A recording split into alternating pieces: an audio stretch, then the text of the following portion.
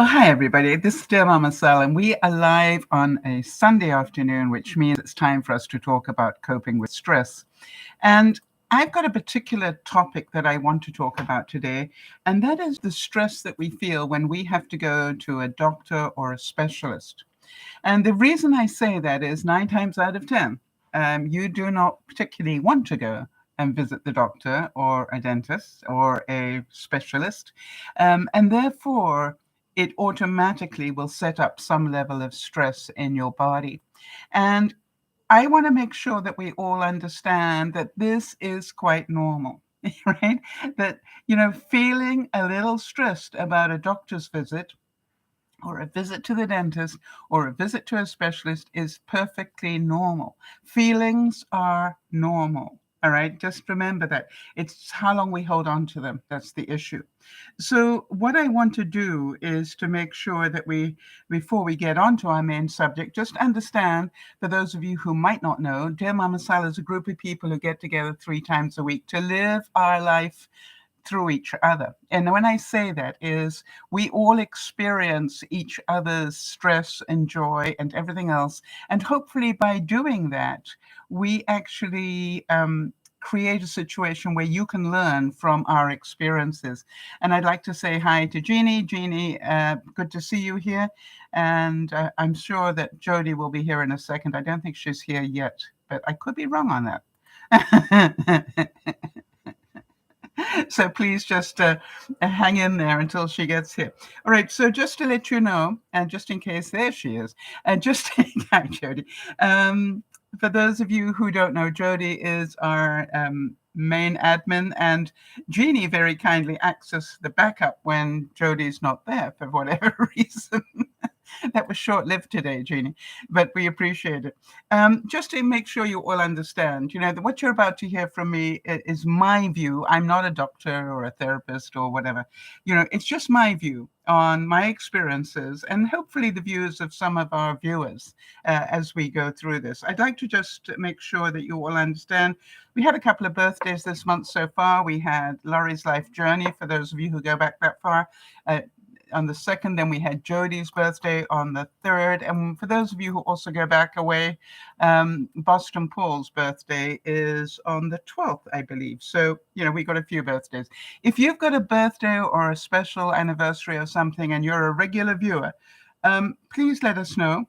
And if we haven't mentioned you, it means you're not on our database. And I would love to get you there if you're a regular viewer.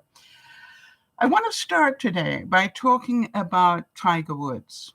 And for those of you who don't know, Tiger Woods, absolutely top-ranked golfer, played golf all his life, had a very up and down personal journey. He went from being somebody who just studied golf his whole life. His father taught him golf at a very early age, and he spent his whole life getting ready to be a professional golfer. And then his life just took off like this, and he had all the bells and whistles, all the money, all the fame, all the everything that you could possibly hope for. And then his personal life started to fall apart, and he started to make some wrong choices that, I can't judge him for, because I've made wrong choices in my life. What about you? But basically, it was a bit like the Will Smith situation, right? Which is you can live an exemplary life, but every now and then, what was it that Denzel Washington said? It is when you are at your very peak that the devil will come for you. I think that's what Denzel Washington said. I might have that quote slightly wrong, but basically, when you're that famous, all right, the smallest thing can bring you down, and it's normally sent by the devil if you believe in the devil. So the interesting thing is that I believe it was a year ago, not much more, that Tiger Woods was in a car accident. And he ended up with the whole weight of his SUV crushing his right leg. Now imagine that. And I'm talking one of those suburban type SUVs, right? Not a small one, a serious one. And the whole weight of that I'm thinking that I've got an SUV and it weighs a ton at least. So his whole right leg was shattered. And he ended up, obviously in surgery. And then he ended up with a top specialist because he had the money for that. And guess what they told him? We don't know how to tell you this. You may never walk again.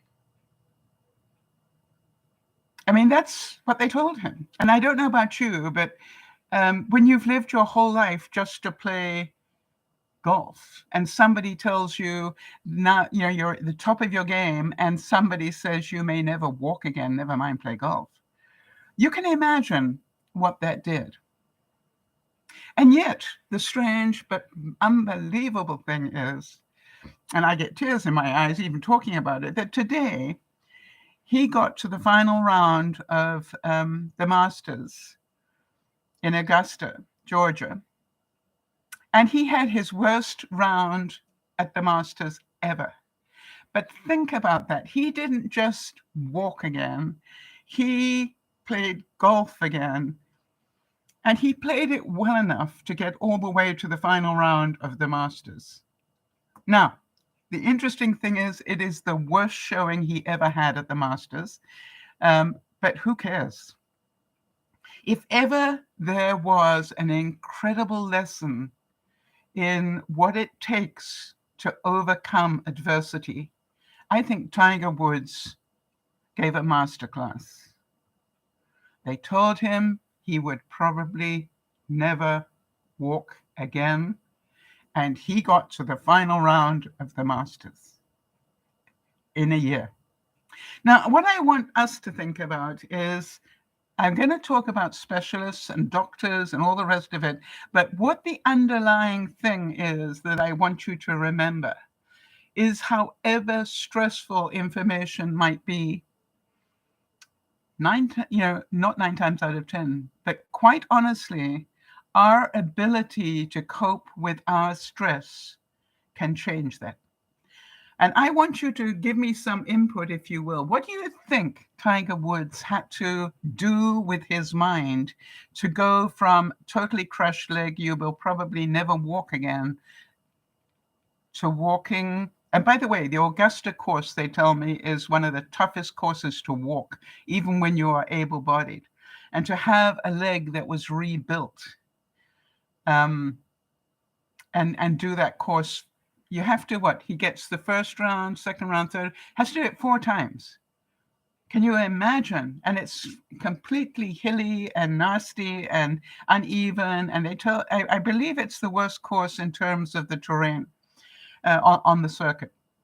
So this wasn't just a lesson in mental agility. This was physical ability, because you need to be pretty tough, pretty strong, pretty fit, pretty everything to be able to walk that course 4 days in a row. Yeah, Jody is saying what he needed to do was to have fierce determination, a vision of what could be versus his current reality. All right.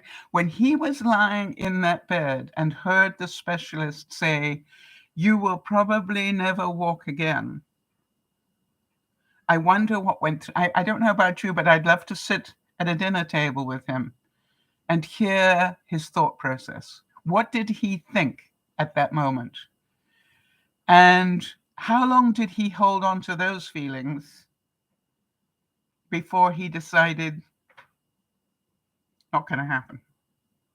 And so today, and for all of you in the DearMamaSal world who may be going to a doctor's appointment or a specialist appointment or whatever this week or any other week, I want you to think about a lot of things to relieve your stress.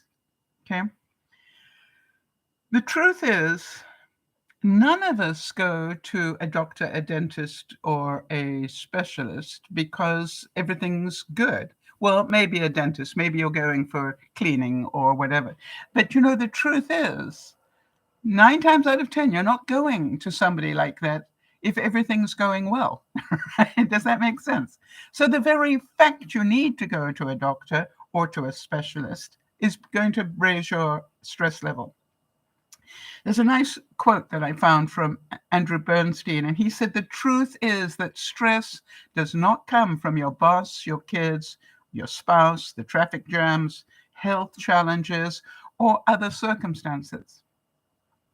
It comes from your thoughts about your circumstances." So imagine Tiger Woods.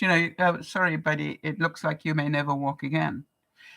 Do you think for a split second he bought into that? Do you think he had a little quiet cry? I'm pretty certain he did.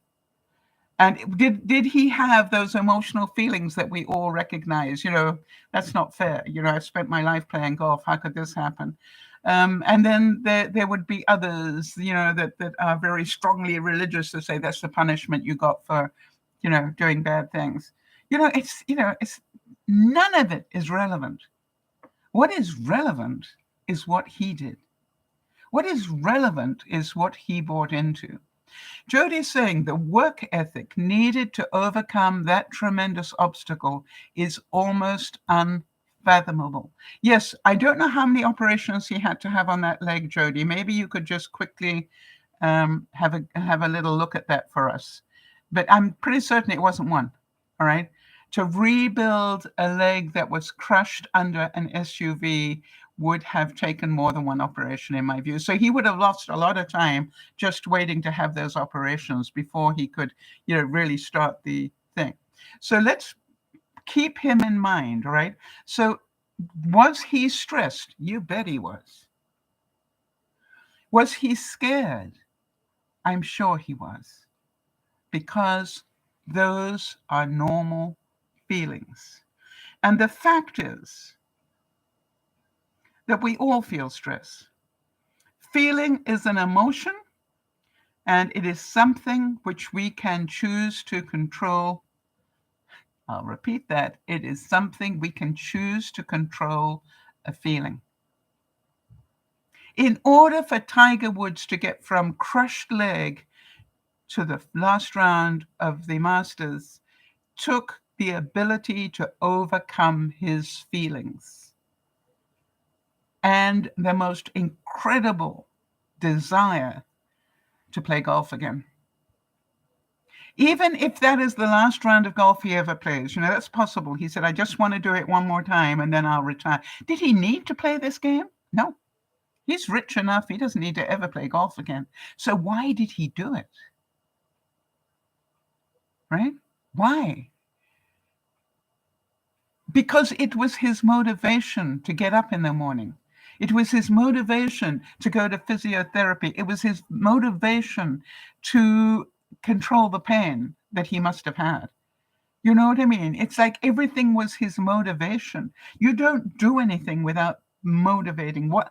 How many times do you say to yourself, I wish I could do X, Y, and Z, but I don't have enough time? We always have enough time for the things we want to do. Why? They become our top priority. And the rest of it's just excuses, and excuses are a waste of our time, quite honestly. I do them. I'm human, but I try to limit them. And when I do them, I take stock and just say, why am I doing that to myself? Why am I lying to myself? So when we learn to be emotionally intelligent, life changes, all right? So feelings, as I said, are great, and they're honest, and they're normal, all right? But they don't get you very far. It doesn't get you off the hospital bed, back on your legs, walking, and then back with your coach, playing golf again. Feelings don't do that. Well, passion does, I guess. All right, so listen to this. Thank you very much, Jeannie. Jeannie's saying that he had 5 surgeries on his left knee and another 5 on his back. So in the space of this year, he went through, is that in total ever or just from this last accident, Jeannie? Because I know he's had back surgeries before. So in the last year, he's had that many? Wow, what a recovery. Yes, that's what I think. I'm just interested. How many surgeries did he have to have this time? We know he's had a lot. And I thank you for doing that research, Jeannie. Yeah. So I don't know about you, but if I totally crush my leg, I doubt I would be playing the Masters golf. And no problem, Jody. Don't worry about it. Don't make hard work of it. I'm certain we will find it, and then we can update everybody later. So I want you to concentrate on what we can do with our lives, all right? And what we can do with our lives is actually control our emotion and live our lives as happily as possible, regardless. If you don't have that driving passion to get on your feet again and play golf again, if you don't have a driving passion to be there for your children or whatever it is, then the best you can do for yourself is to say, I have a driving passion to live the best life I possibly can today. And what I know for a fact is we can only do that with a level of emotional intelligence. And for those of you who don't understand, I'll explain it in a second. But emotional intelligence is the one weapon that we can use to control our stress. It's the one weapon we can use to control our dis-ease if we have a dis-ease. And think about that. The word is magical in my mind. It's disease or dis-ease. And how many of our illnesses and things are caused by dis-ease? So stressing out about them doesn't help our bodies at all. You see, emotional intelligence says that I can do the best I can with what I got. So in its most simple terms, I believe that emotional intelligence is the skill of letting go of the emotion and dealing with the facts. All right? And this is, William James said, the greatest weapon against stress is our ability to choose one thought over the other. So that you learn with emotional intelligence that, I'm so scared about what they might say. You learn to say, they haven't said it yet, so why don't we worry about that later? And even they may never say it. So why don't we deal with it if it happens?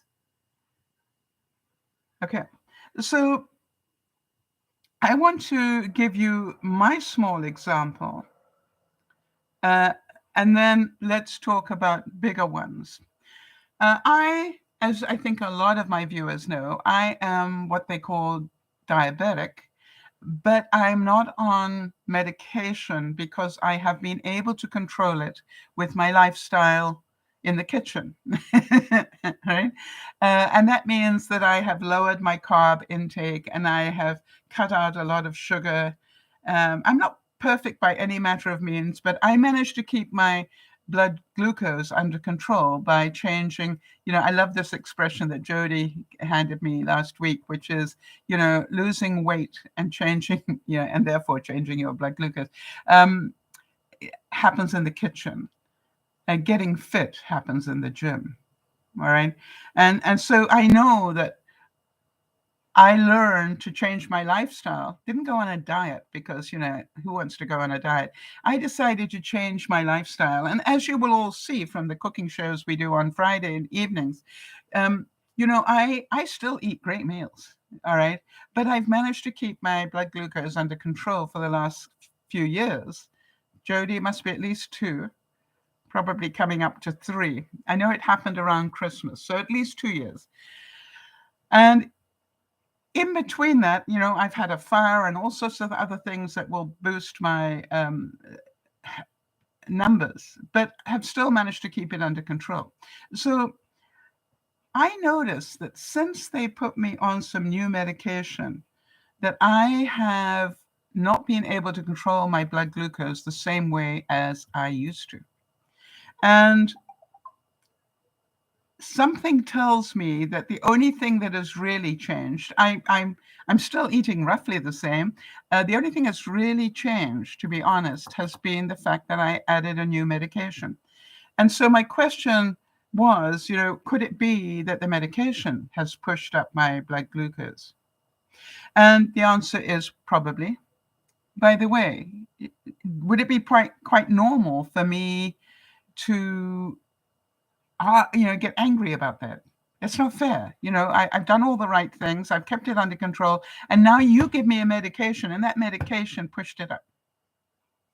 It doesn't change the fact, does it? Getting angry about that does not change the fact. I've got a choice. Am I going to stop taking the medication that, by the way, is controlling another part of my health? Or, am I going to just deal with it? And I will talk about that in a second. Jody's just giving us an update. Tiger had one major surgery after the car. Oh, it was just one, all right, after the car accident, with more surgeries looming in the future to remove scar tissue, among other procedures. Wow. That is amazing that they managed to do it. So I was wrong. They did manage to do all that they did with one operation. Can you imagine how long that must have been? Because he totally crushed that leg. Now, I don't know where he crushed it. Was it above the knee, below the knee, whatever? I don't know. But, the point is that is amazing. Thanks, Jody. I love your determination to find these answers. So here's the thing. I'm due for another, what they call an A1C. And that is a blood test that they do that will ascertain, which is an upmarket way of saying find out. It will find out what my average blood glucose has been in the last 3 months. And I know for a fact, because I take my blood glucose readings very regularly, I know for a fact that it's higher by a full point. And therefore, I'm a bit scared about having this A1C done because I could fail it. When I say fail it, I could end up with a doctor saying to me, your A1C is dirt, therefore you have to go on medication. Now, is that a fact? And here's another point that I want to bring up with you. Because the doctor says you have to go on medication, do I have to? Or is it true that this is my body, my life, and what I choose to do is my right? Even if going on medication, is a good idea, and I'm not saying I wouldn't do it, what I'm saying is, do we understand that a doctor or a specialist is there to give us information? It is still our body and still our choice what we do with our body. And, was I also scared at some level of some judgment, because I had not been eating properly or whatever? Yeah, I'm sure I have. But, there's part of me that's going, I don't understand it unless it was the meds. So I understand that I started to say, this is not fair. How many of you can relate to that? It's not fair. I've been eating well. And then how about the famous, why is it happening to me? Well, factually, is it fair? No, I guess it isn't. And why should it happen to me? Well, why not? The truth is, neither of those trains of thought are going to improve my blood glucose. Do we all agree with it? Neither of those comments, focusing my time on it's not fair, focusing my time on why did it happen to me, is not going to change the readings. What I need is more information from my doctor. I need to find out what is reality at the moment. And then I need to sort out, do I want to change my lifestyle some more? Not a diet, my lifestyle.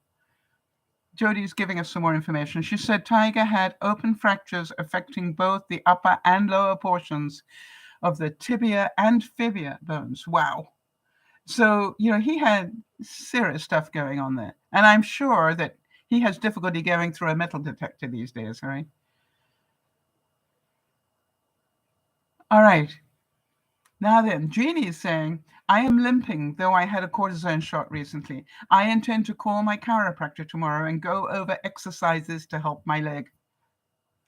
There you go. All right. Remember my story about my arthritis in my right hip.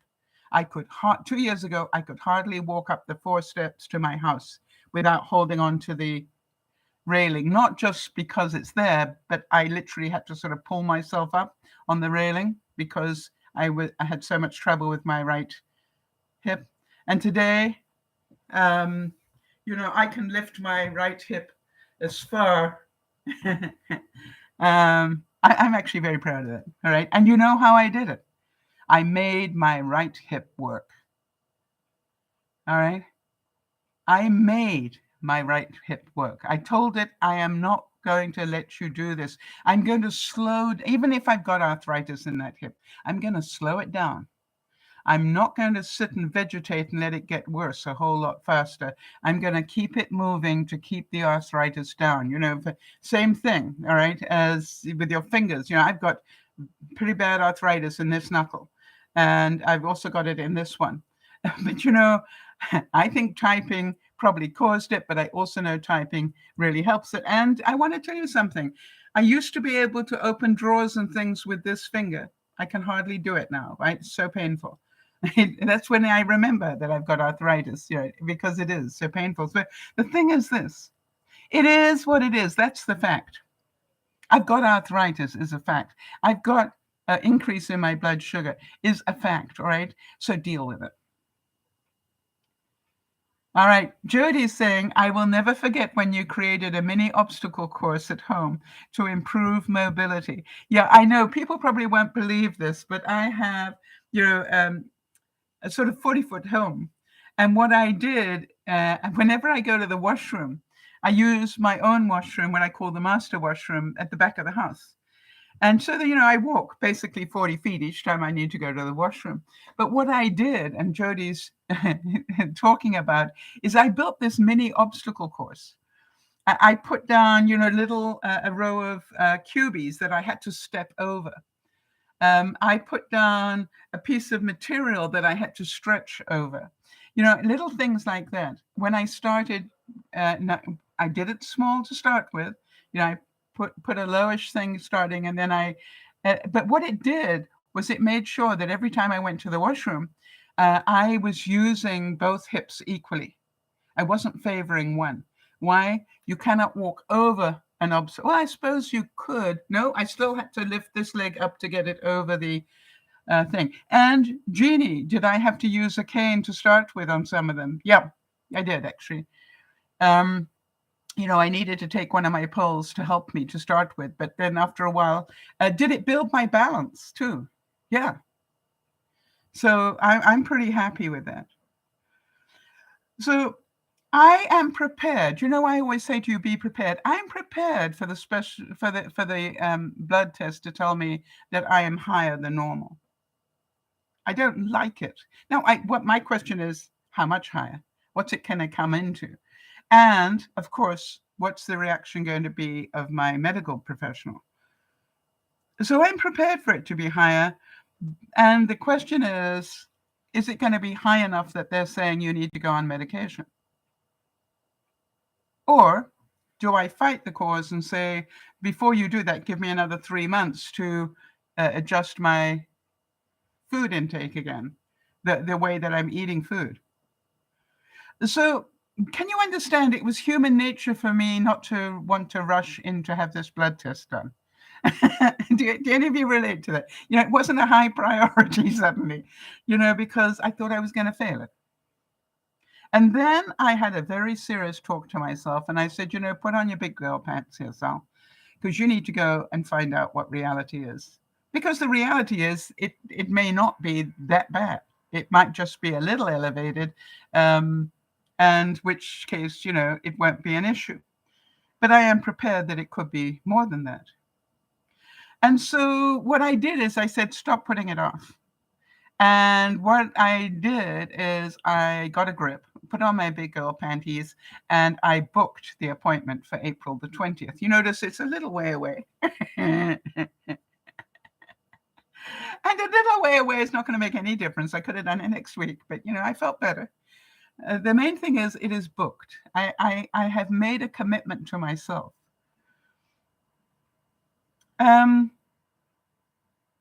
And I am certain you will all, be with me in terms of understanding what emotion I'm going through on this one. Stress acts as an accelerator. It will push you either forward or backward, but you can choose which direction. Do you understand that I could have said, oh, well, it's going to be up, so what's the point? I'll just have lemon meringue pie for dinner. Can any of you relate to that? I've done that in my life before, which is I thought something was going to go wrong. I did it with relationships a lot now that I think about it. But it's like you can think that and then just go, okay, then I choose not to look after myself. Right? Total waste of energy. Not looking after myself is a total waste of energy. I know that learning to look after myself takes time, but I can do it. I've proved it to myself. So, who's lost 10 pounds this year already? Who's lost 17 pounds in the last 2 years? I know that I'm doing the right things, but I may need to do them better if I choose to. Or I could say, what's the point? And just take the medication, eat what I like, say it's beyond my control. Tiger Woods could not have done that. He could not have done that. And I want you to keep remembering Tiger Woods because he had to have a total different mentality. And so we don't get to see a specialist, right? If we're perfectly well. Or is that also not true? Is the fact that we can end up going to see a specialist when we are perfectly well? I have an experience of that where I had a nagging cough going on, and it went on for a long time, and the doctor couldn't get it under control, doing the normal things, and so he sent me to a specialist. Now, I had a lifelong history of smoking at that time, so you can imagine when the first thing the respirologist said was, before I even see you, I need you to go in and have a lung function test.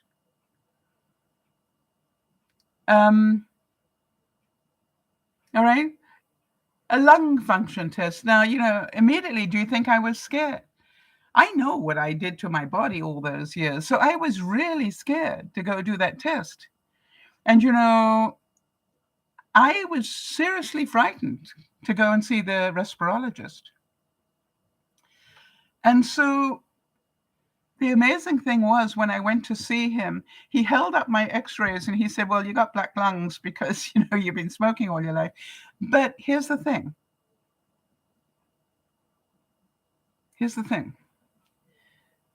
I believe that you quit smoking a couple of years ago. And I said, yes, it's going to be 10 years coming up now.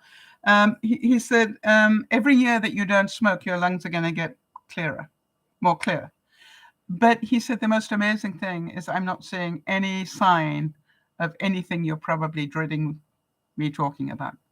And whatever is causing your cough at the moment, you'll be pleased to know it isn't anything other than you've got a cough going on, and it's going to, it probably will linger on for a while. It's the after effects of a flu or something. So, really important to understand that not all news is necessarily bad news. Erin, good to see you. She's saying, I've been watching and I just wanted to say, is it okay for me to repeat that, Erin? I just want to double check because I haven't seen you for a while.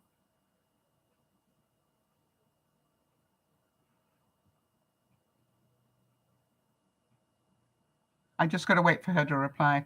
I know that she would want to tell the regulars who are watching on the feed, but and they can see that in the comments. But I just wanted, for the replay, I just want to make sure it's okay. I can repeat that.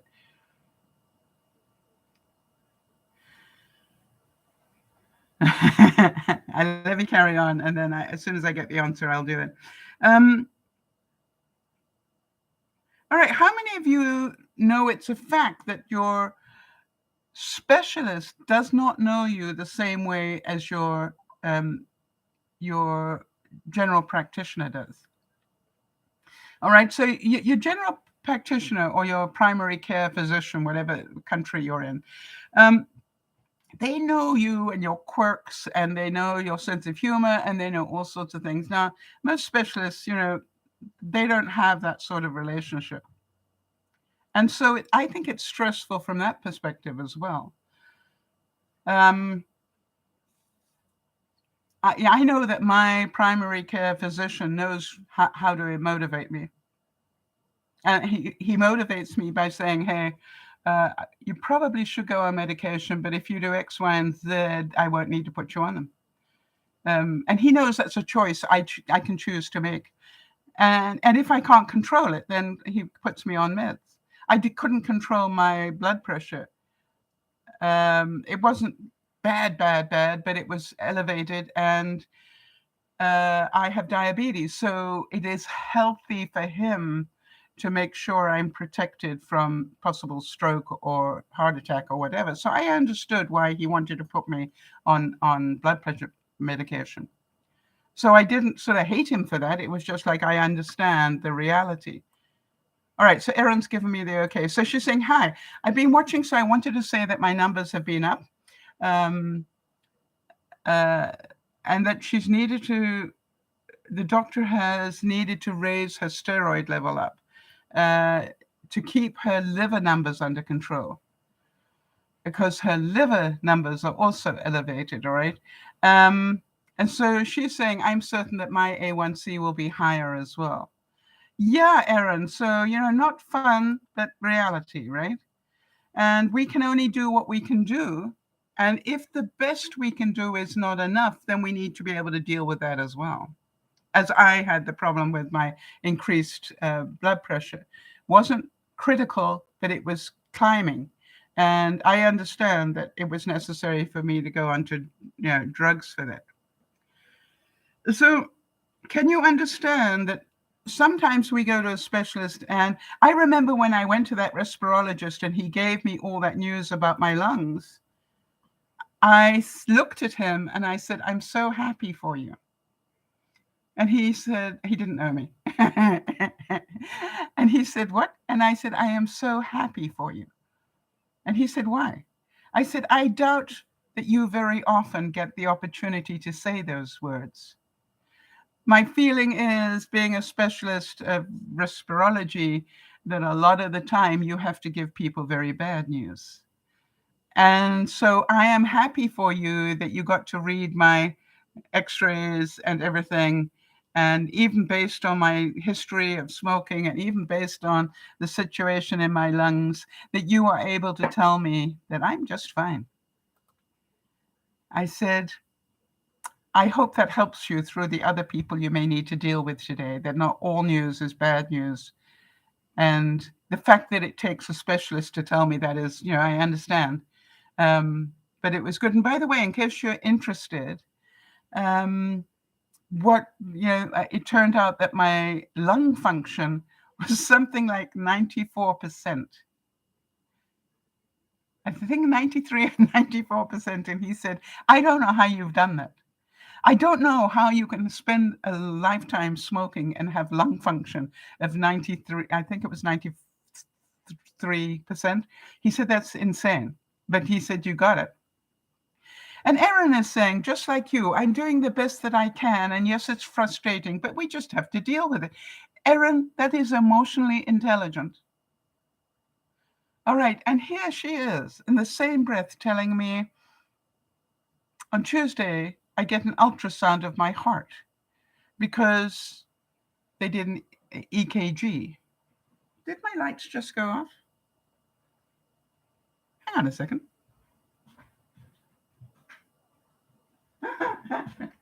No, Sal, your lights weren't on. That's how bright it was. And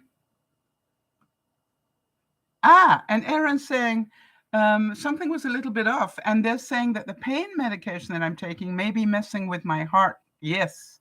And the same way as I think my blood pressure medication is messing with my blood glucose level for some reason. That's what I need to double check. So we hold each other's hands through this, all right? So Jody, could you make a note, please, that we need to just check on Erin and the results she gets, as well as the other viewer that we know about. So now here's another fact.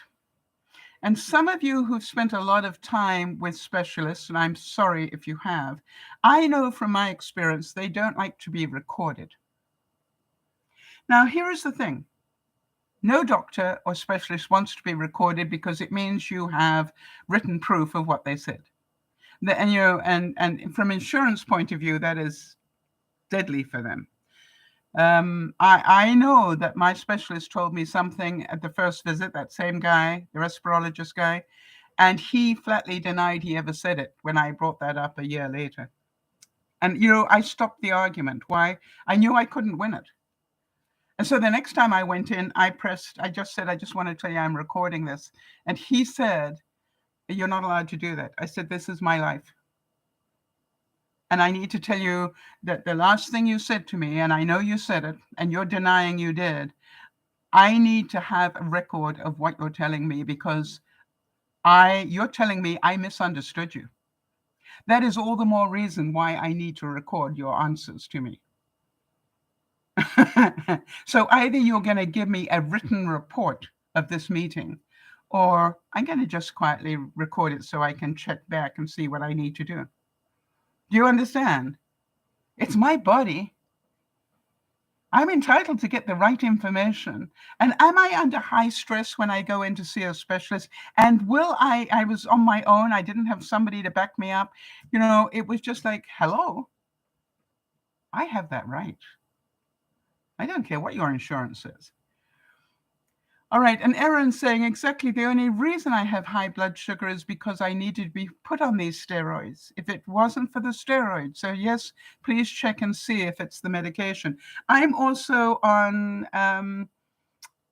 inhaler for my allergies that are affecting me so much. And I'm pretty certain that could be doing it as well. I hadn't thought about that, but that could be adding to it as well. So thanks, Aaron, you see what I love. Sometimes it's the most sick people in our world who give me the best information, right? Because they've been there and done that. Now then, I've often said to people, if you've got to take notes at something as important as that, doing a mind map is really important. And I'm just going to show you a quick one for those people who might not know what it is.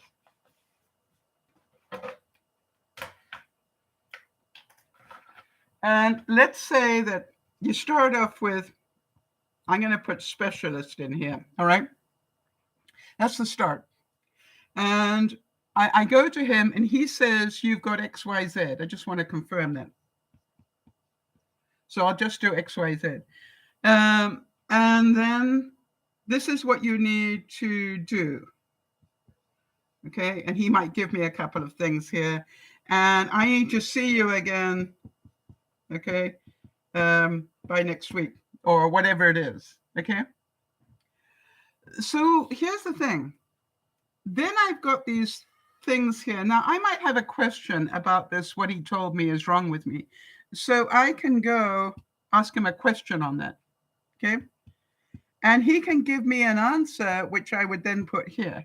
Do you understand how this sort of grows in size? And then he might say, well, what you need to do now is, and so here I got 1, 2, 3, 4, 5 things he's telling me to do. Right? But look how little space it takes up on one piece of paper. All right? And now you know that you've got to book appointment to see him again because he just told you that. But you understand when you're just writing it in the regular way, you know, he says something later that has to do with this thing up here. Now you can just go, okay, da da da da da da da da da da da da da da.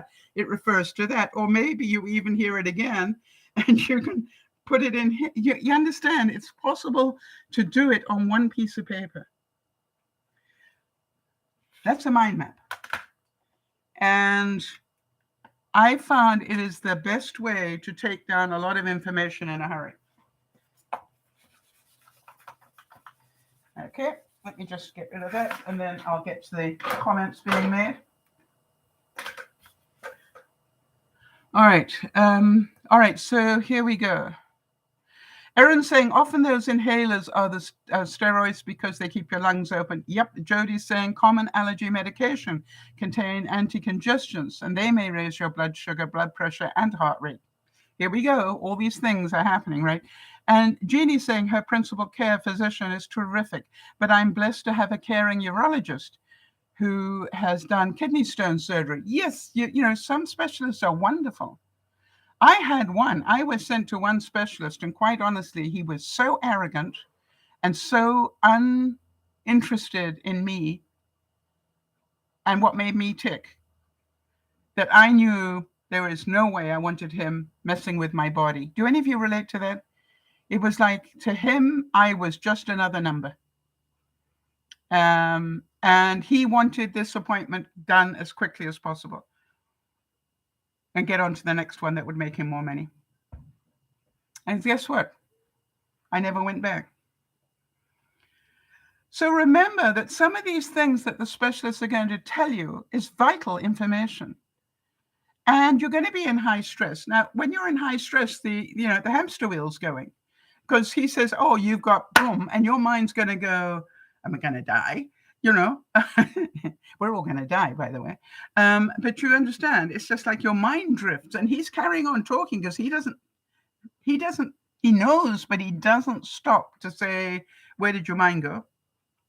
He just carries on, he or she just carries on talking. And so you're missing stuff here. And so if you know that your mind wandered, say, stop a second.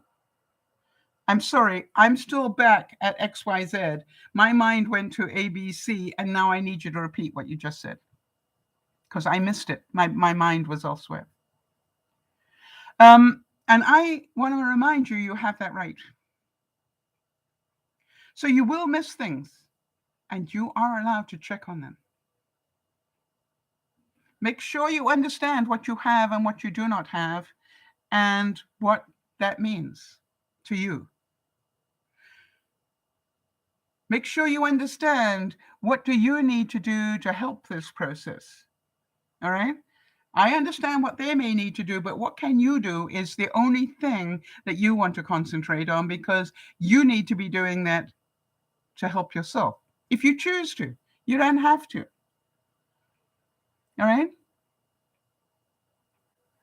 By the way, human nature. Specialists will not appreciate having to slow down. They may roll their eyes. They may drum their fingers. They may do all sorts of body language that is designed to make you just let them do their job. Call them on it. I've done that. I just saw you roll your eyes at me. Why was that?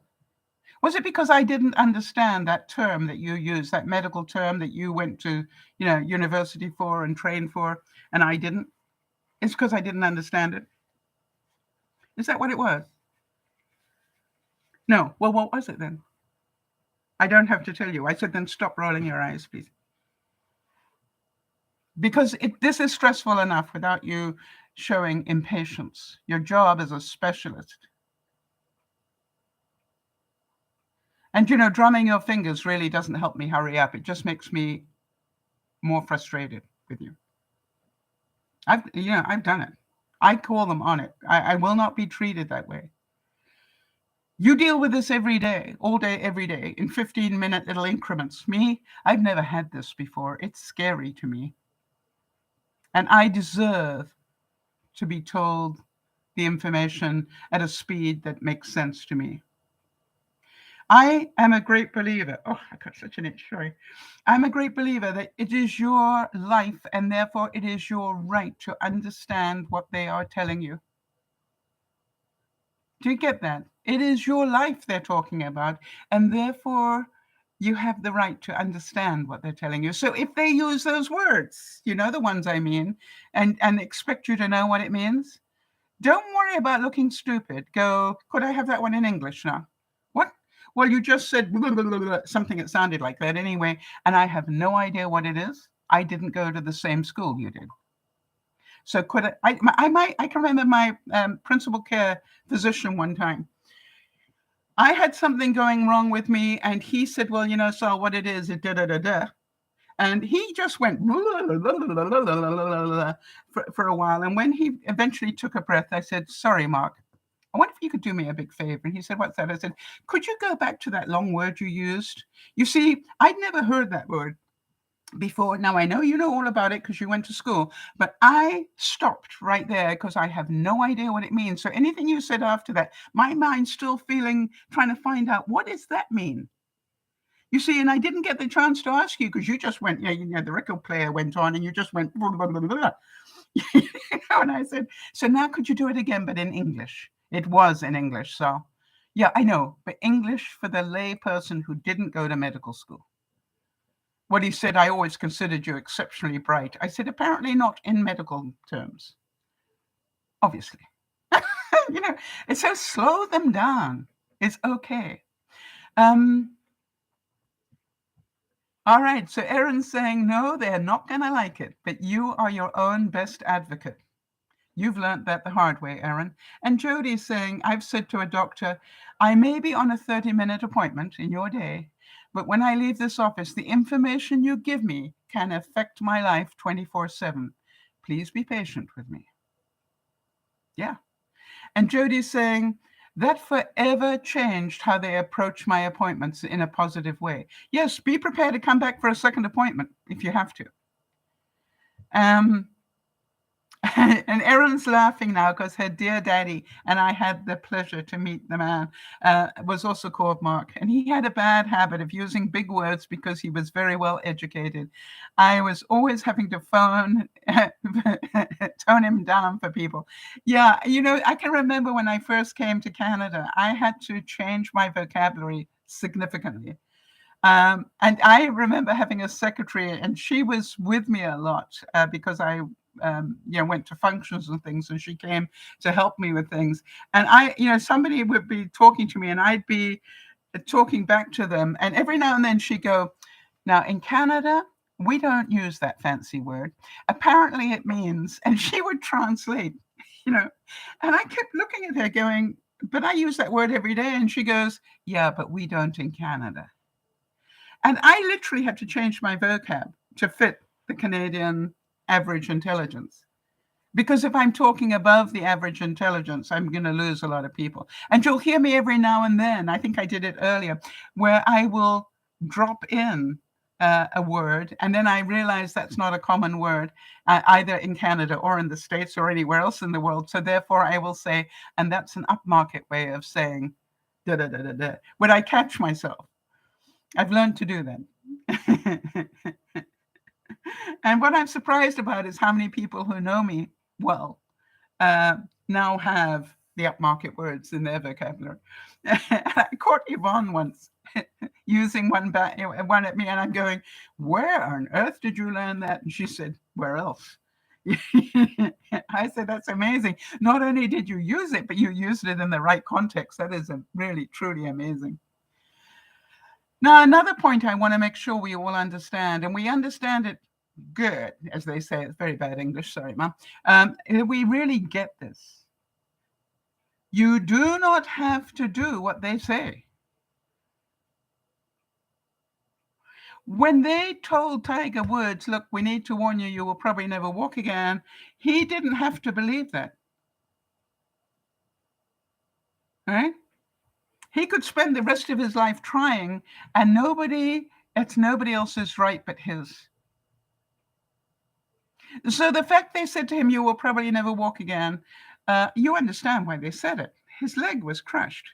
Never mind play golf. You know how you have to move your legs in golf? It might not look like you're moving your legs, but you may want to do that. Okay.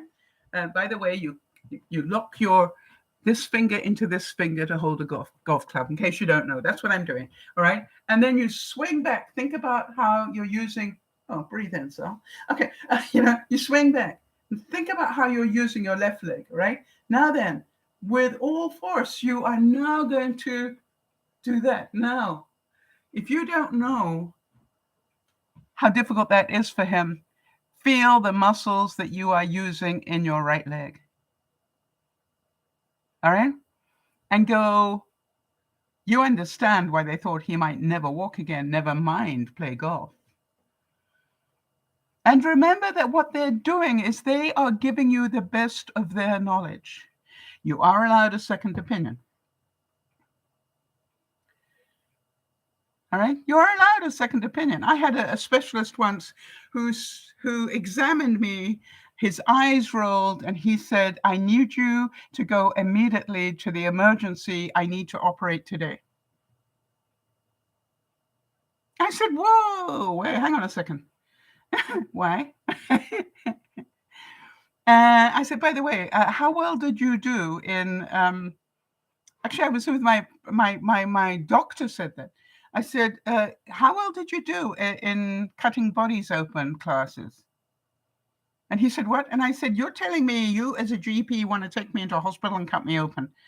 That must be pretty serious that you think I need it today. So therefore, humor me. I'd like a specialist opinion. You know, get me to a specialist. And by the way, the specialist, I went in, I found one. No, I actually found one and explained that I needed an urgent second opinion because a doctor was trying to take me into hospital. And I found out who the best specialist was in that particular theater of operation. Oh, that's theater of operation, yeah. Anyway, and I found him, and luckily he had a canceled appointment and he saw me. And I went in under a fake name, you know, and he examined me and he said, ma'am, I don't know what your real name is, but I understand why you wanted a second opinion. I want to tell you, I'm the top that there is in this field, in this country. And I have to tell you, if you were my patient, I would be telling you to do not pass go, go immediately, or rather, go straight to jail, do not pass go. It's just like, do not collect $200 on the way there, go straight to hospital because I need to operate on you. I said, okay, then do you want to do that? He said, what? I said, do you want to operate on me? Because I'd far rather you did it than the bozo, who probably only operated on a mouse. Probably hasn't got too much experience on operating on humans because he's a general practitioner, for goodness sake. And he laughed and he said, you bet.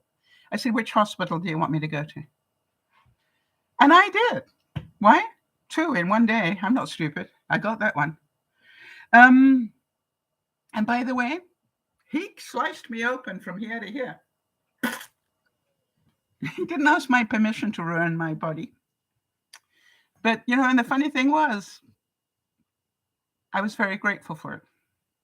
So, it's just like sometimes you just got to understand that's just their opinion. I didn't have to do it.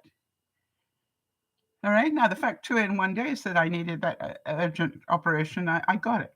Right? How about this one? For those of you who have been through a lot of illness, would you agree that working as a team is vital? All right, you need to feel a connection with the specialist. You need to feel that he's got your best interest at heart and he understands you and that he will adapt to who you are as a human. You see, I couldn't deal with that first specialist. I don't care if he was the best in the world. It's just like he didn't care about me as a human. He didn't care about my sense of humor. He didn't care about anything except getting on to the next appointment. So to me, that is my right. And I want to make sure you all understand that. And so if you're not getting on with the specialist you've been referred to, do you have the right to ask to be referred to somebody else? I would say so. Jeannie is saying that she had a specialist who kept trying meds on her and they kept making her feel very ill. And, the specialist didn't care, right? And finally, she stopped seeing the specialist because he refused to listen to her. Good for you. I had one specialist that kept me waiting a minimum, every one of his patients, a minimum of an hour to 4 hours late on appointments. And one day, after that happened, I think 3 times in a row, I read him the riot act and I said, how arrogant of you. I said, how can you put your receptionist through that abuse? Because every one of us have lives to live. Lives to live. Some mothers are in your waiting room with children with their babysitter who they've told you'll only be gone an hour. And I've waited 4. So, how arrogant can you be? And they are reaming out your receptionist because they're the only she's the only person they can see to be angry with. They can hear me now and know that I didn't let you get away with it. But the truth is, how arrogant of you. And you know what his answer to me was? Oh, don't worry, she's used to it. And I literally got up from where I was sitting and I leant right across his desk and he just backed right off. And I said, I'm not left-handed. That is you admitting to abusing your receptionist. I hope you understand what you just said, and I hope that it haunts you for the rest of your life. The answer is not, oh, don't worry about it, she's used to it. That is abuse of your receptionist. And if you don't get that, you are emotionally unintelligent and arrogant. I used another word after that wasn't very polite. But you get the idea of where I was coming from. And I never went back. I said, you just lost a patient. I'm sure it doesn't matter to you that you lost one, but boy, are you going to remember me. I will haunt you. I hope. And I went out and I repeated to the receptionist what he said. And I said, you know something? If I worked for a boss that abused me like that, I'd be finding myself a new job. In fact, I would. Now, then another subject I want to talk about when we're talking about these sort of appointments. How do you feel about keeping negative news from your family and friends? How many of you have done that and said, well, I don't want them to worry about me. I don't want I don't want them to be concerned for me or whatever. How many of you feel that way? It's my stuff. They don't need to be involved in it. And then I asked the second question. How many of you had that happen to you where somebody suddenly dies and you find out later that they were seriously ill and they never told you? They never told you.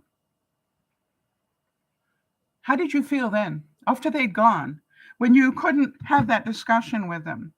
So now I want you to make sure you know your family and friends. If my friend can't tell me the truth, then I'm not much of a friend. And I would rather deal with the truth and help support them with the truth than I would be kept in the dark. I can tell you that. And they know that because I will tell them that. And I will tell them that time and time again. Don't you dare keep those truths from me unless you don't want me as a friend and unless you don't want me there supporting you. Because I will not support you in the lie. That's not going to help your health at all. Lying to me is going to affect you. I don't want you doing that. Trust me, those are the words. Trust me to be strong enough to be able to cope.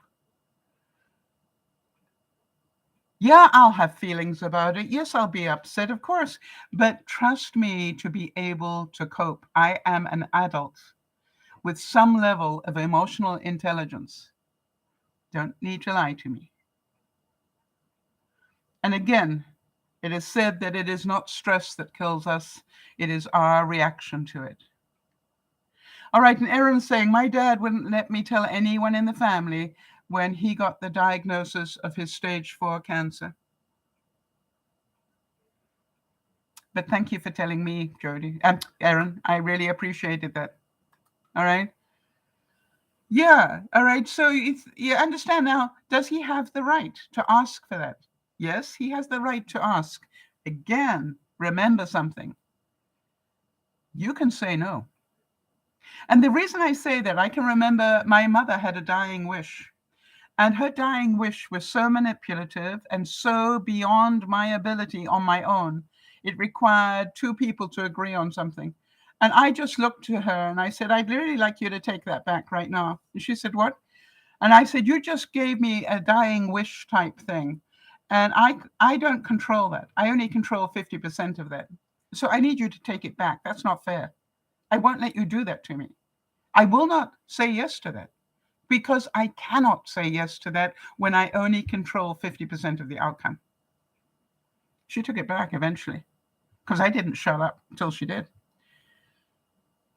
Aaron saying, partially because he didn't want to bother anybody, but so many people were upset that they didn't get to help him or the family. Of course, that's very selfish not to tell people, in my view, but that's your right.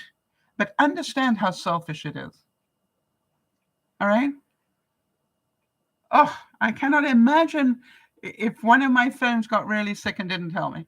I would, that would hurt me and make me more sick than anything. How about this one? Sydney Harris said this, and I'd like you to hear this one. The time to relax is when you don't have time for it. It took me a long time to realize that part of the reason I smoked, and I found this out slowly but surely, part of the reason I smoked was to relax, to sit down and have a cigarette, or to go outside away from what was going on here and go and have a cigarette. It was a relaxation. And the funny thing was, I'd be pacing while I started to smoke, and then I'd slow down. I can remember noticing that. Jody's saying, my mother kept her diagnosis of a terminal illness from everybody except her best friend. We were in shock when she got so ill that we lost her within a month's time. Yeah, you're in shock. Why didn't she trust us?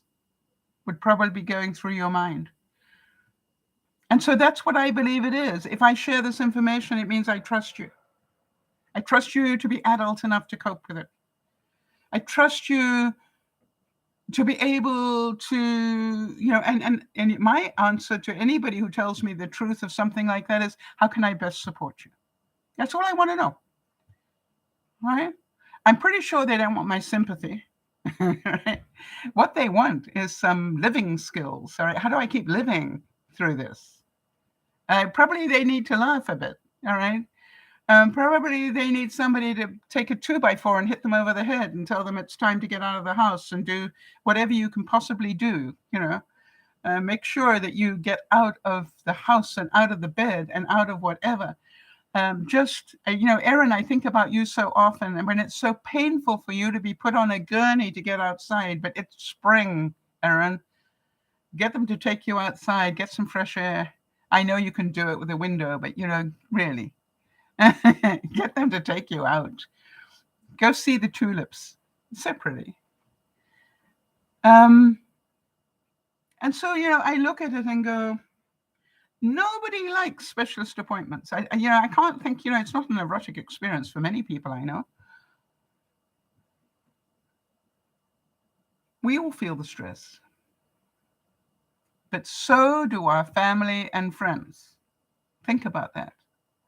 I'm pretty certain that everybody who knows you're going to the specialist will be feeling some level of stress for you as well. So make sure you keep them informed.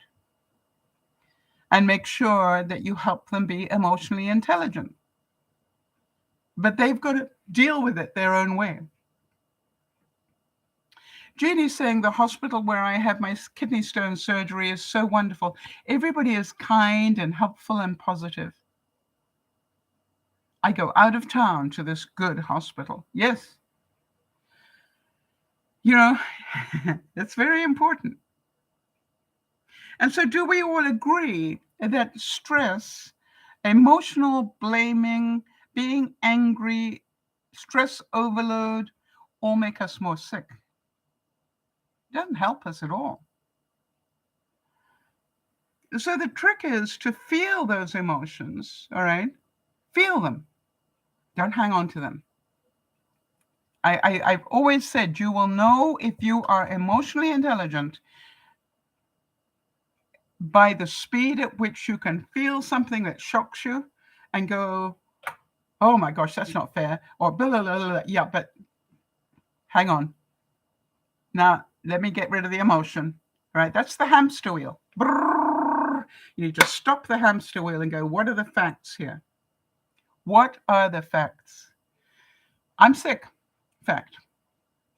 I could be terminal. We're all terminal. We're all dying. All right.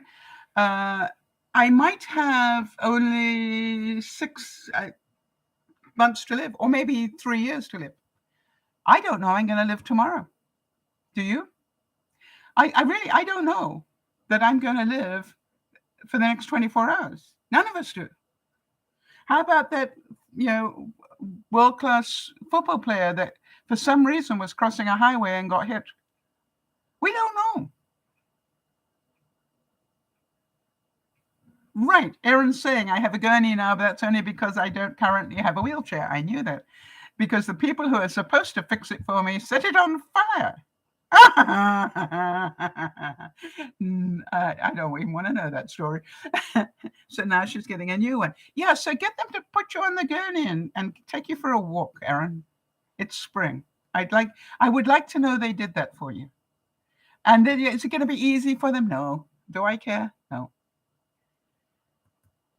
Yes, Aaron's saying I'm also moving, hopefully in June, because I'm having problems at the current facility. Good for you, Aaron. That's looking after yourself. And for those of you who don't know, I've had the privilege to meet Aaron. Aaron lies on a bed and has the use of her right. I have to lie there for a second because then I can see what she could move. She could move her head to see the pink everywhere. She could move her head. She could type with one hand.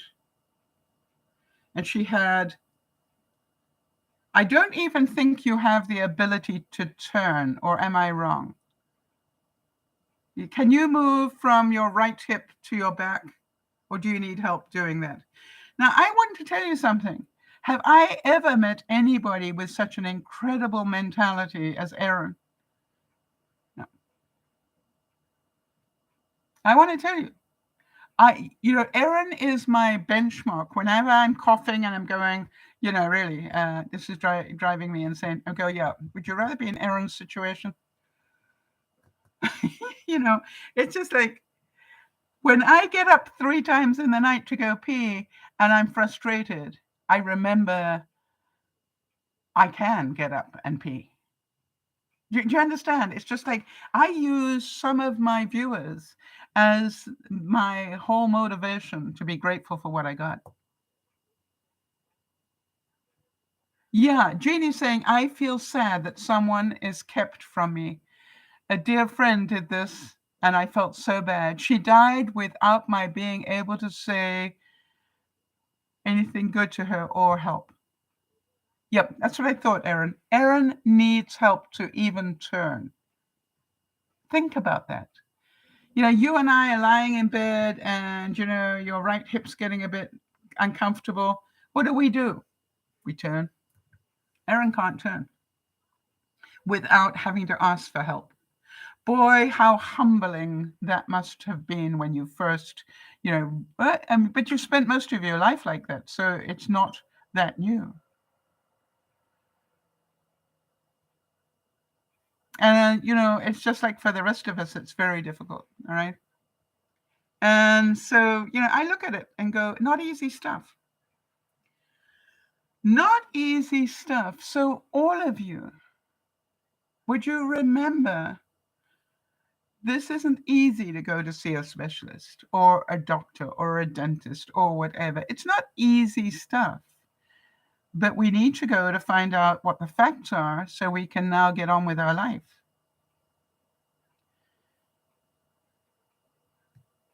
And how about this one? Albert Hubbard said, the greatest mistake that you can make in life is to be continually fearing that you might make one. If I went into a specialist and was upset, I might upset the specialist. I wouldn't protect myself. But I just go, hang on a second. I know you know what you're talking about. You went to the fancy school. I did not understand that. So could I have that again, please? And this time, try it in English so that I can understand. And then they talk to you like you're a 4-year-old. And I'll stop them again and go, excuse me a second. You are talking to me like a 5-year-old, which is overcompensating. So let's take it down the middle somewhere. I'll let you know if I need to ask anything. All right. So Erin's saying, that she recently had an infection, and she was saying that, she felt so bad. But, she also felt for other viewers, because she's never been so sick with that infection in her life, and you might also think about Lauren, Erin, because Lauren deals with that a lot as well. So my hope today is that you can all understand what your rights are. You are being sent to a specialist because they need somebody of greater knowledge. Unfortunately, the greater knowledge comes with a different attitude, right? They don't get to be a specialist by being a touchy-feely sort of person. You know what I'm saying?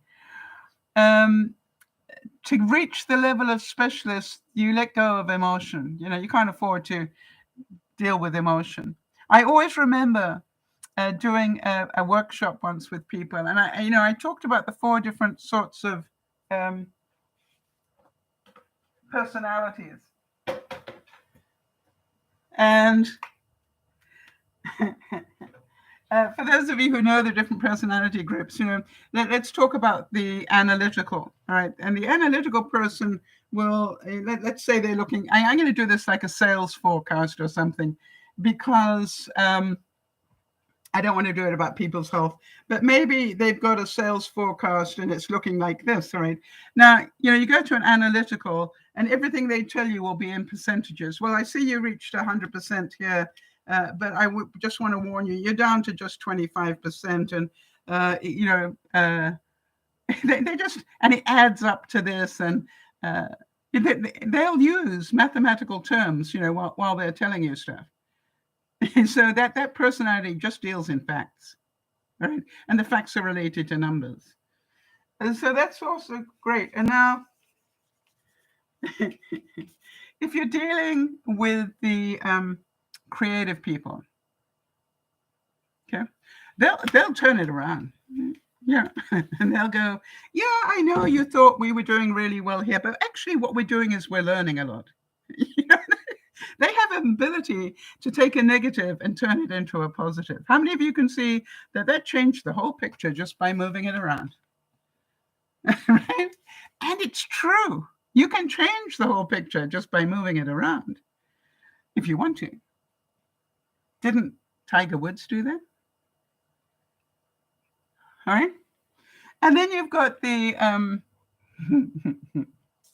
the amiable person. Now, the funny thing is, the amiable person will go, gosh, I see you made it all the way to here, and now you're just, oh, this must feel so terrible. They'll end up feeling far worse for you than you feel for yourself. How many of you have met that person? Right? I won't let my friends do that. Just like, hey, hang on a second. Please don't do that to me. All right. That's not my idea of support at all. But, I understand I've got friends like that. So I have to remind them every now and then, this is not helping me. But when I know I need to relax, they're the ones I go to and go, could I please get permission to stop now? Because, they'll always give me permission to relax. And then the last, the independents. Now, the independents are really interesting, because they'll just go, oh, that's a bell curve, right? That's a bell curve. Everything goes through that, everything in marketing. All right, so let's just build the next one. And what are we going to do? We need to do these 4 things. They're all about time and results. And so I think, in a way, what's frightening is the new guy that President Putin, oh, I just dropped black ink all over my countertop. I don't know how that happened. President Putin has just brought in a guy whose track record is for the annihilation of citizens. That's his track record. He did that in Syria or whatever. So, you look at it and go, do we know that what's going on in the Ukraine is about to get a whole lot worse? Yep, he brought in a specialist. What is a specialist in? Killing civilians, taking no prisoners. And so be prepared. Is it going to be stressful for those of us who don't see the world like that? Yep. And what in our wildest dreams make us think that we can negotiate with somebody who thinks that's okay to annihilate people? And so, that the truth is, I'm glad that I don't have to deal with them. I'm sad that I can't stop it, obviously, but I don't waste a lot of time on that. Better I just go to my pocketbook and support those that are getting, get food to them or get clothing to those that are being in siege mode and stuff like that. So, I look at it and I don't waste my time on what I can't do. I rather spend my time, what can I do? And by the way, the world has been incredibly generous. I believe they have already raised, I think, 1 point something billion from the private sector to help the Ukrainians. Pretty amazing, isn't it? You see, it's like crowdsourcing the world now. We have that ability. And so if you can, just understand our job is to deal with today. Our job is to make ourselves as happy as we can. Our job is to get out and breathe the fresh air if we can. Will it be difficult? Yep. Jody, did you get out this week? Yes, I know. And you're getting out tomorrow. I know. Think about that. Now, you always reward yourself when you go to the specialist. And then you need to go to the second appointment. All right. How many of you go, this is insane. Why doesn't the specialist tell me what I need to hear? Why do I then have to go and see a doctor as well? But, it's the way they do it. Keep them all in business. So I look at it and go, all of us who have got issues, we don't choose to have the issues, but we've got them. So let's deal with them. But let's not forget our family and friends. Remember that they're also dealing with them. Remember that they too are feeling the stress, and they probably can cope with it far less well than you can. And, for those of you who have serious illnesses, you know what I'm talking about.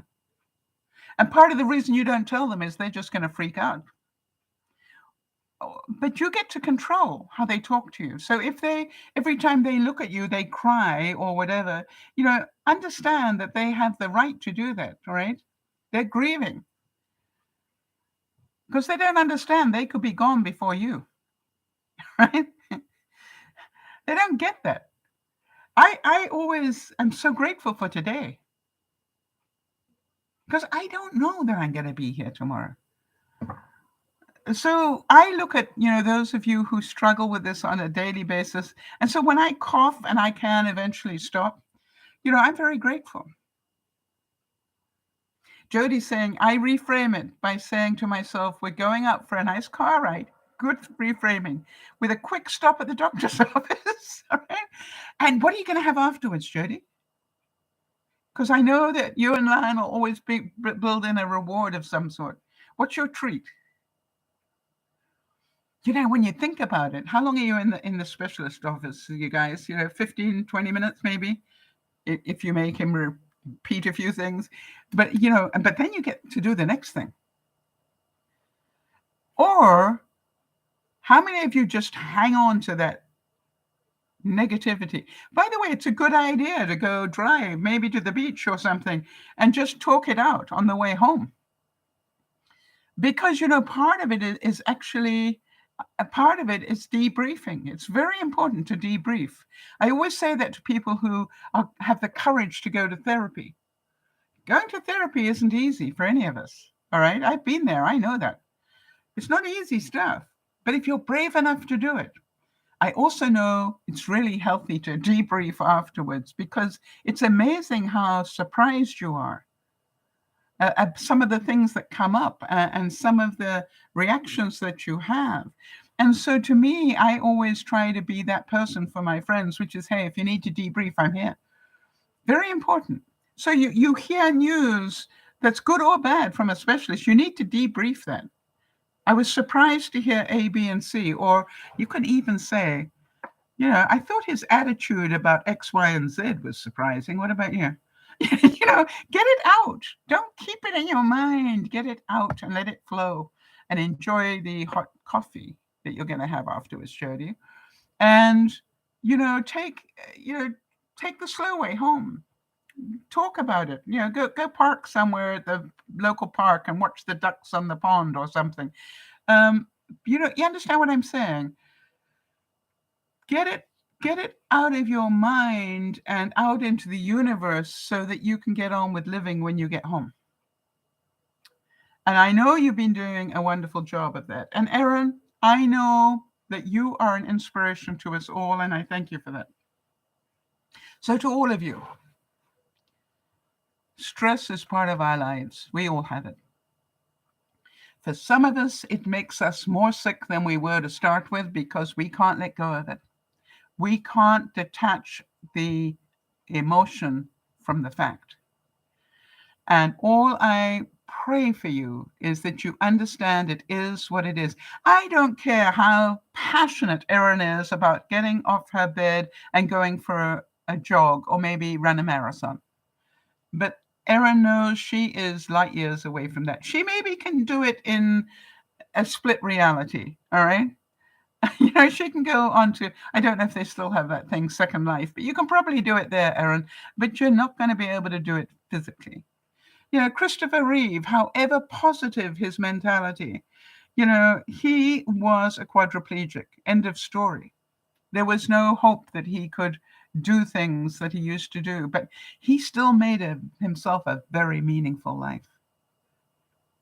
And so my attitude is do the best you can with what you got and be grateful for what you have, because tomorrow you may not have it. All right? I am sure that Erin is forever grateful she still has use of one hand, that she can still turn her head.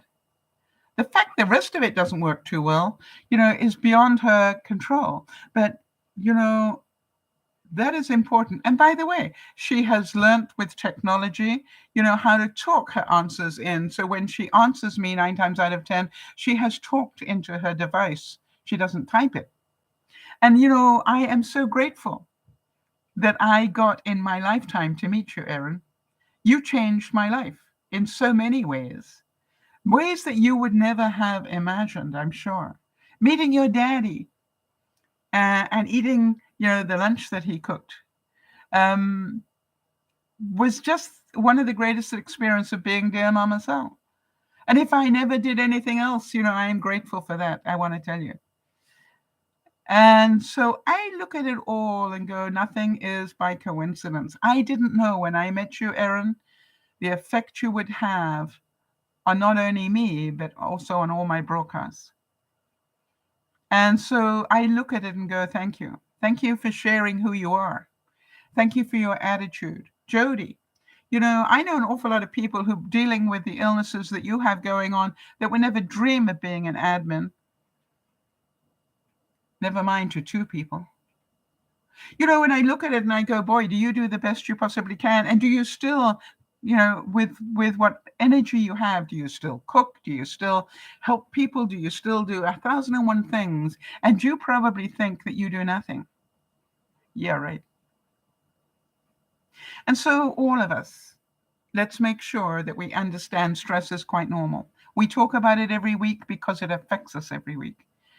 And I hope that this broadcast has you understanding that we do all deal with it.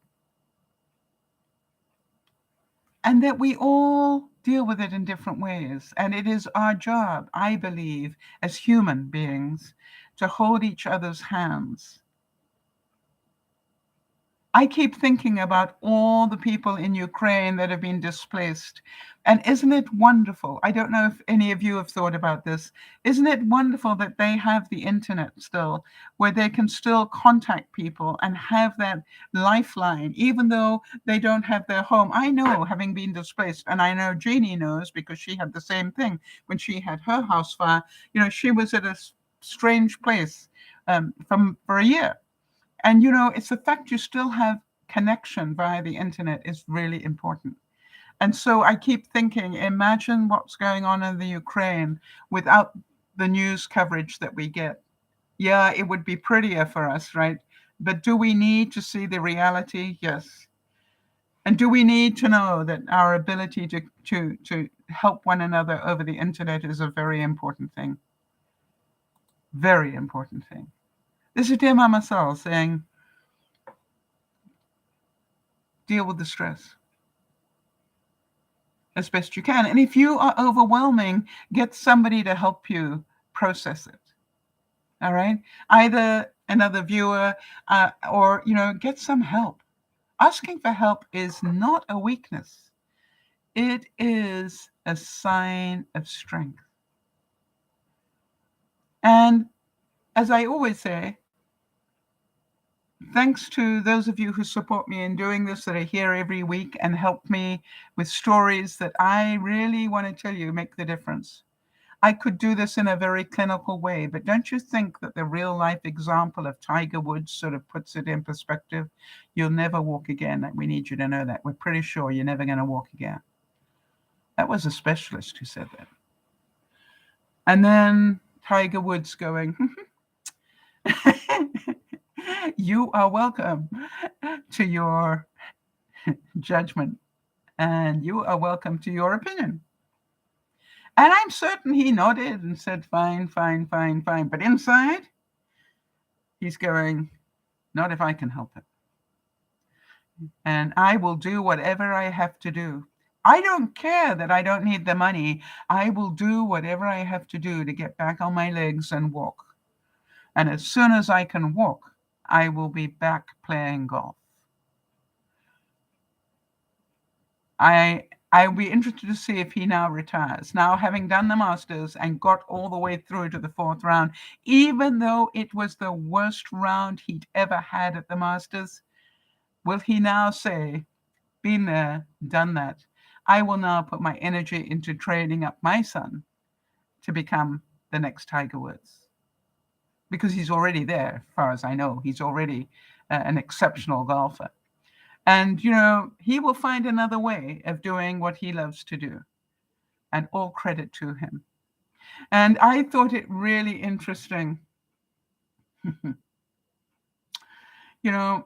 Some way, the whole stress of the Will Smith thing has come back. I saw Jimmy Kimmel say something this week, but he was complaining about something. And he said, where's Will Smith when we need him?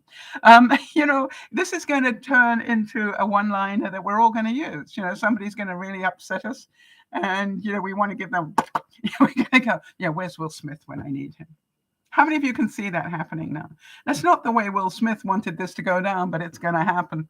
We're all going to be saying, I'm pretty sure of that. You see, it's either a negative or we can see it in a different way. This is DearMamaSal saying, thank you, Jody, for always being there for me. And the viewers. We cannot thank you enough for your dedication to that. And to Jeannie for backing us up whenever we need it. And to all of you who may watch this on the replay. For those of you who are here in the background, thank you for being there. You see, it makes it better for all of us to hear Erin's story, to hear Jody's story, to hear Jeannie's story, and maybe even to hear mine. That's how we learn. That's how we get to be emotionally intelligent. It is through reality, not the BS. I love you all. Hope this has helped a little. Let's keep in touch. Bye-bye for now.